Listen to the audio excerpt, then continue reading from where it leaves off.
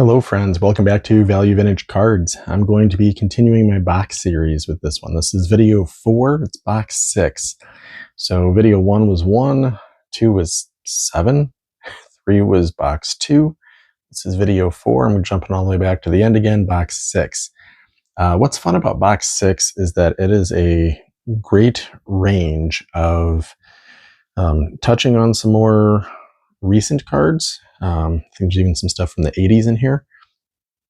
And then, of course, all the way back to some really unique pre-war items, and then just some classics in between, some really classic 50s and 60s kind of stuff. Once again, I've pulled 20 out. The box looks very much the same. Trying not to make things fall. Of course, I've got my oversized in the corner. I really would encourage everyone, if it's postcard size, if it's just a little bit bigger slab, these boxes perfectly store between 12 and 13. They just slide right in there. It's ideal. So anyone that's saying I don't have ways of collecting anything oversized, if you use boxes like this, you know, I agree. Some of the things up there, those Butterfingers may be a little bit tough. You got to figure out where to put that. That's more like an 8x10 size, but postcard size and down still fits in a standard box very, very easily. Once again, 95 cards. So I pulled 20 to share and just wanted to run through and have some fun. So I will start sharing in a moment. Let's flip it around. All right, friends, I'm going to be sharing 20 from this box. Sorry for the shadows. There's the box. I'm going to be pulling 20. So card 1, I actually think I pulled 5 that were larger variety. Oversized if we must, but I thought this one was just amazing. So Doug is such a bad influence on me. He's got me collecting all these Joe Woods. But I do actually collect, you talk about guys that are underappreciated. Tris Speaker is ridiculously phenomenal. I don't think he ever hit 400, but he hit like 385 times. Like, he was just an amazing elite hitter. Tons of doubles, tons of triples. Phenomenal fielder. Still, I mean, maybe the best center fielder ever. And that's not taking anyone else lightly. Like, he was just known to be a phenomenal fielder. But these T202s, absolutely love these sets. You end up with a very cool Joe Wood. It's not easy to find ones where they're paired star and star, or Hall of Famer, Hall of Famer. So Tris Speaker, obviously Hall of Famer. Joe Wood, absolutely huge star, possibly Hall of Fame. I would probably put him in. I feel like when you're that significant to the game, his career, what he did, where he played, all the things. And then close at third, in the middle, you get this really cool image. I always call these, you get like your knockoff T205s on the sides. And then you get a really cool actual image. So when you read about these, and I'm a write-up sucker too. So Tris Speaker sliding into third. Next one I chose, somewhat newer to the collection as well. Worch Cigar, Charlie Gehringer. Those images are insanely great. These are blank backs. But I absolutely love the Worch cigars. Some of them do look a little bit washed out. The Bill Dickey that I have looks, I mean, it's almost so light. But again, you get super close in on these. And you really take a look at the details of the image. Everything. I'm always a shoes and socks person. I don't know why. Charles Gehringer. That's just awesome. So, Worch Cigar. Looking for something that's scarce, oversized, unique, cool images. That will definitely check the box for that. This one's neat. 1957 Cincinnati Reds team issue postcard. I've shown this one a few times. Everyone always loves the Frankie Robinson. I think that's what drew me in initially, but it is a 57 issue. So 57 tops just doesn't cut it for you to check the box for his rookie. Check out team issue postcard. Very, very cool. And it is a real postcard. So yet to see one where it's been mailed, but that would be a fun variation. 2 more oversized. This is one that is crazy cool. 1934 gold medal flower. It's some Dizzy Dean.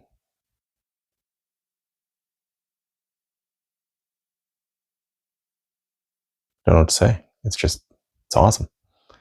Backs are blank. That glove. Just diving in and looking at the details of these things. Absolutely love looking at the details. All right, next up, dive into something a little bit newer, 1973 Topps Pinups. These pinups are crazy tough. I think I only have 2 so far. You do see them sometimes listed, mostly eBay kind of stuff. I haven't really seen them pop up at auctions, but maybe I haven't looked enough either. They tend to be damaged on the back. At least everything I have is kind of damaged the same way, so I need to research a little more on the actual story. I gave that one a 1, A's, 1s, whatever. I've seen some high grade. I'm not sure. I mean, if you look at even, the details of this, it's not creased up. There's no damage to it. And again, get in close. Appreciate how cool that is. Jacket he's got on, the colors. Everything about that's just super neat. So for me, I will take that. And that is definitely a low pop, newer card. So it's kind of getting into that like variety of the box that I was talking about. I have a lot of fun with that. All right, I'm going to go SGCs. I'm going to go super reflective here. Great set, E93. This one got an authentic. These do tend to be pretty rough, very handled sets. Caramel, you'd end up with some staining. This one, I don't know, got authentic. Let's guess back damage. There you go. There it is. I probably glued it into a album or something. Definitely some crazy residue, but image-wise, front-wise, I like Frank Chance, but I like the Chicago jersey. The colors of these are always phenomenal. So huge fan of that. I chose the next 2 to complement the T202 that I shared. And I also chose these because there are 2 different sets that look shockingly similar. So start off with 1913 Tom Barker, Tris Speaker. If you're looking for some of these players on a reasonable budget, and especially when you get them, I mean, these things come in like 8s and 9s often. They're essentially playing cards with neat little things on the back. But these and what am I missing? Polo Grounds issue, which is 1914, are all kind of like playing card, look like deck of cards. So I think they get a little less love than I think they should. Images are fantastic. I like these sets. I like the National Game and the Tom Barker more than the Polo Grounds because you get a bigger image. I'm an image fan. So this one's a 4. There's nothing really wrong with it.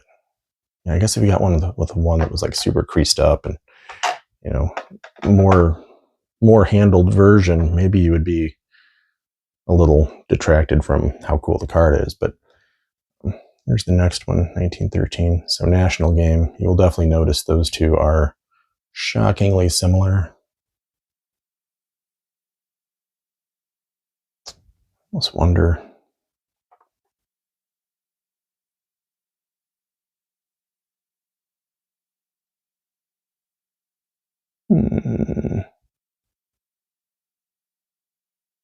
I'll have to pull my other ones. Is one of those mis-slabbed? What happens when you look at your cards closer? So both of these are actually somewhat newer. I'll have to pull another back. I got scammed. They're all, the funny thing is they're all about the same. I think one set is slightly more scarce than the other, but could SGC have gotten it wrong? It's possible. Or am I just silly and can't tell the difference? I think Tom Barker should look different. I think my Tom Barker is mislabeled. So crazy. But the Joe Wood is awesome. The image itself is so cool. Full image, get stadium in the background. Like, that's just awesome. So I'll leave that out. That's why we do this, right? Makes us look at our collection a little more critically. It's interesting. Next one, I'm going to go classic. Who does not love diamond stars? And a lot of these are definitely sub $100 cards. If you want to get one in a, one, even two, I've got some threes of Hall of Famers that were $60, $70. It's insane how affordable these are. Red roughing tends to be a little bit more. Maybe it's a cool image. Maybe it's Yankee Red Sox factor. I have no idea. The image itself is super neat. And red roughing, actually, better than I might have expected. As I've been going through like birthdays and doing research on players a little bit deeper, I really realized just how good of a career he had. So I thought getting this one a little bit nicer grade, giving it a little extra, kind of significance in my collection was maybe a good move. So love the write-ups on the back of these. Sometimes they're fun to sit and just read what they thought was important or interesting to share back in that time. Let's keep on moving through history. 1940, go and play ball. And for me, that's high grade. But again, Hank Greenberg, kind of a similar idea. That's actually a fairly affordable Greenberg, given that he's a more expensive player. 40 play ball, absolutely love. Working on the entire run of Hall of Famers. Getting close. Might be still double digits to go, but for a set that has so many kind of throwback retired players in the series, I'll happily say that I'm down to maybe 10 or 12. 1941, almost the exact same thing. Most people prefer this. They like the colors. They like the added details. They put shadows in, different things like that. But for me, I actually appreciate the 40s quite a bit because I like the real image aspect to it.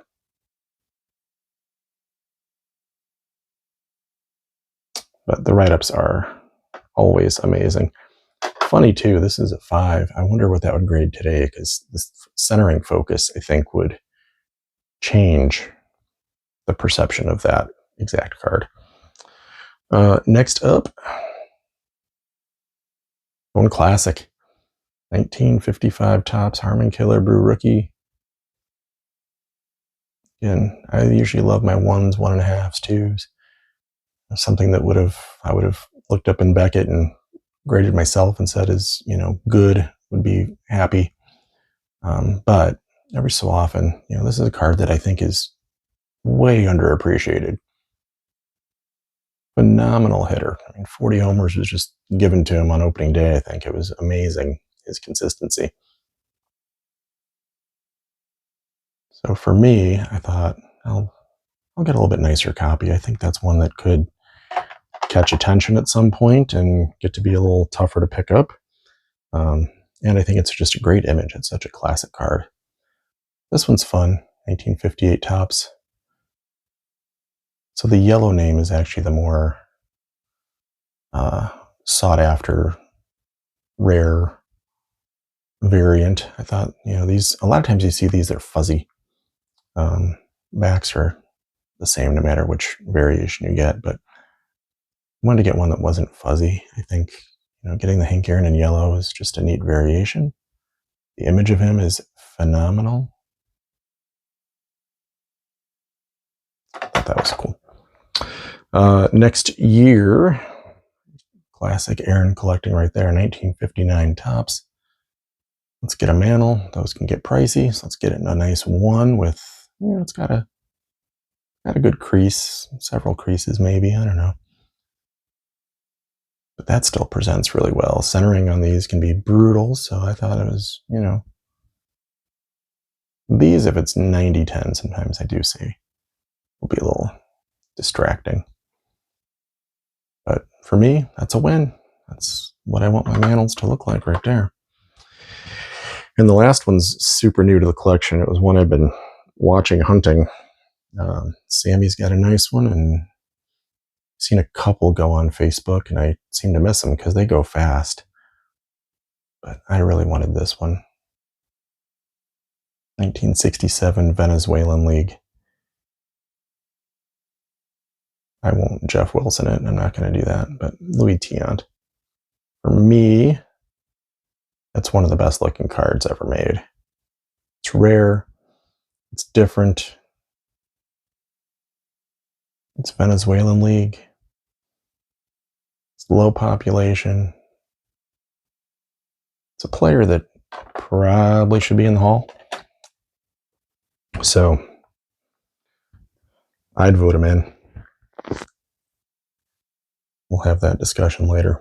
But yeah, I thought that was just an amazing card, and very happy to have that one in the collection now. Last 5, jumping over to my little PSA run here. Going to go back to Colgan's Chips. I absolutely love this set. I feel like I'm showing this a little bit more, and I don't have many, so I've just been maybe super fanning the set right now. But darn case looks like it's trying to eat my Frank Baker, and it's, you know, quote unquote high grade. These are interesting as long as their crease, you know, isn't like through the face. I don't even mind creasing. Do they grade centering on the back? Is that a thing? I don't even know. But the images of these are so darn cool. I mean, you can tell how close they have to be. I'm sorry, my thumb looks like a gigantic thumb if you're watching this on like TV. In fact, do that. I'll have the biggest thumb ever. But yeah, Frank Baker, definitely a crazy, I mean, to me, he's the best third baseman pre-war. So I'm trying to build some Frank Baker collection, get some traction on that. I think he's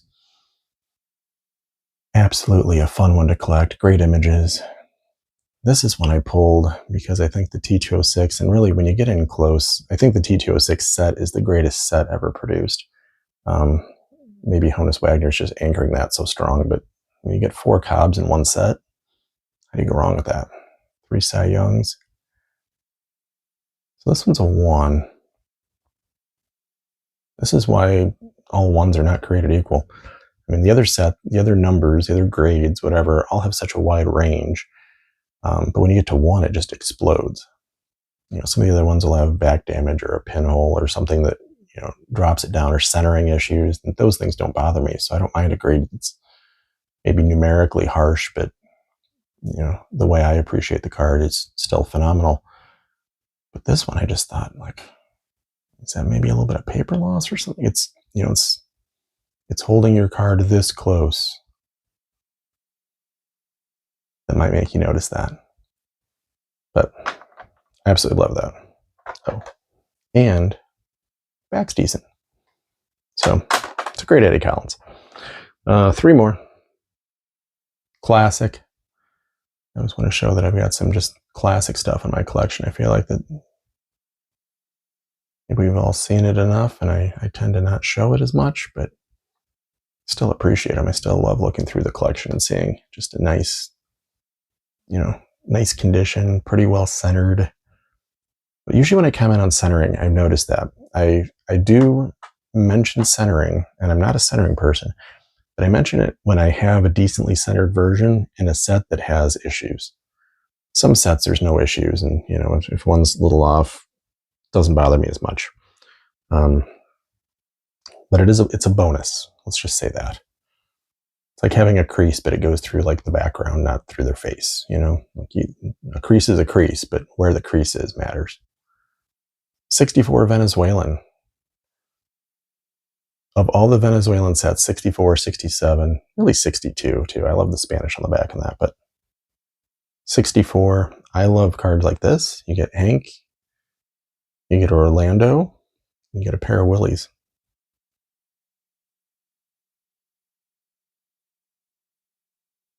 Take a look at that. Pretty darn cool. To have your top 4 be 4 Hall of Famers. Had to do that. Last one. 1981. You didn't think I'd say that, did you? Granny Goose. I think this is the most expensive Ricky Henderson I have. This is tough. 82, 83 Granny Goose you can get. 81. They gave it a 5 back in the day. It does have some potato chip staining. I don't know if these were in the bags. Check on distribution of these, but so second year-ish, Ricky Henderson. Super tough issue though. They're really tough to find. A legit card. So that is number 20. I'm going to leave T out there. I think that's just too cool. So that is what I have for box 6. Let's see, box 6 gets us to video 4. So I'll jump over to box 3 for the next one. And we'll continue the series soon. Thanks y'all for watching. I'll catch up with you next time. Take care.